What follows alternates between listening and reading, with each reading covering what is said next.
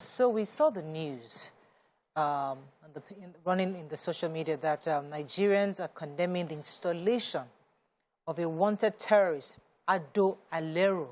Okay, so his name is a wanted terrorist, Aliyu as Sarkin Fulani, and this was Yandoto Dajing Emirate in troubled Zamfara state. Critics, obviously, as they've condemned this this installation of this man, and it has raised questions because the government keeps telling us they're fighting insecurity with everything they've got, and there we have in Zamfara state a bandit. Now I have a few questions. I know that the governor has responded. I think you have the response of the governor. Yes, what did he say? Yes, I read earlier today. So the governor has suspended. The governor has suspended the Emir, and he has put together a committee to investigate how this could have happened. But even when we read about the turbaning when it happened last on Saturday, the people of the community that were questioned, and they were speaking, of course, anonymously. They said that, well, for one, this will make sure that they are not attacked. This was a way of making sure that they will maintain peace. They said he, in particular, Alero, had promised not to attack that community for a while, and he had kept his word. So for them, this is like a sure thing that will ensure that they are not attacked. And it just goes to show that government is not reaching every part of Nigeria. That the people in the community would rather trust in the bandits to protect them or not attack them than trust in the structure of our government to protect them. My own problem with this issue is it was a ceremony, one. The local government chairman, I've forgotten his name, was at the event. Emir. The local government chairman made a speech at the event. There were police officers at the event because you can't have that kind of, without one or two police officers working at the event. The terrorists did not come with any gun. They were so sure of their safety. Video. They came with motorbikes. The terrorists, 100 of them. Yeah. They came with their motorbikes. They rode into town, into the community, and watched the turban. Now, and you see, when people keep saying government officials know about this kind of thing, local government chairman is part and parcel. It's part and parcel of government. You cannot tell me Emir was put there by government. Mikey, what is government that turbans the Emir? Yeah. Yes. Mikey, what's even more disturbing to me is that the governor, all they did to suspend. This is more than suspension. This is rounding up a whole community, saying, you're bandits. You know that kind of... I mean, I thought he would be shocked to find out that this community is full of bandits. I think the governor was just... trying to play to the gallery. Exactly. That's how I felt. Because this community says that they said this appointment is with the demand for peace and reconciliation efforts highly needed for our people in our emirate. And this emir that's crowned this as a man, Sarkin Fulani, is the first Emir himself.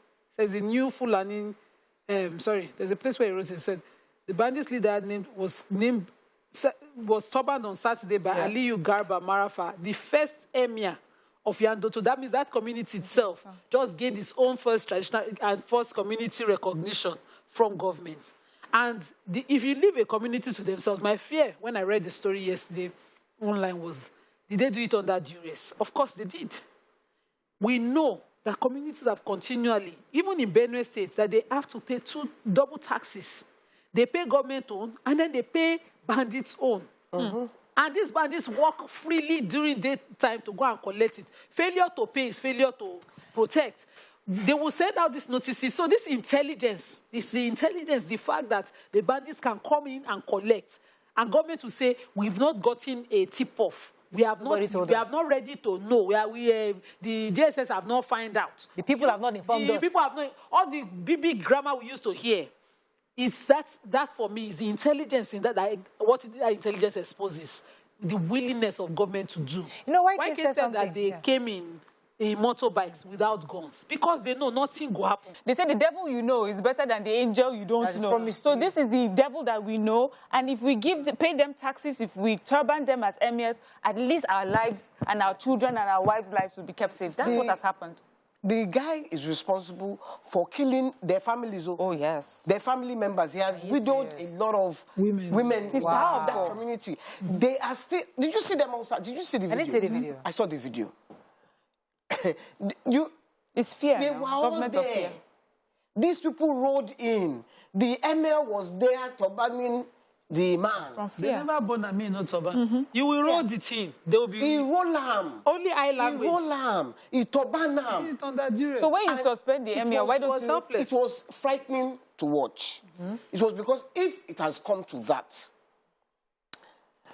federal government, they should even stop saying, when they start saying, because I heard one saying on Sunday that the country is much safer now than it was 8 years ago. Tell that to the people living in Zamfara. Tell that to people who are on the train. The sad thing is that we are looking at Zamfara. We are not looking across the country. When you go to the east and you have a seat at home, and there's a government who did not have a seat at home. God bless you. It is somebody else that is saying, I stay sit at home, and they did not how they were not to sit at home. And the governor could not do for Monday. So we already have it in every area, every region. These few peaceful areas that we don't have it supposedly, that or where the people are still unaware of all of this, they will go there, attack them, kidnap for ransom. And government in today's report, if you recall, said that they have the list of the sponsors, but they are yet to disclose. They've had it since before Dubai published and prosecuted for financiers of terrorism in Nigeria. They've had it.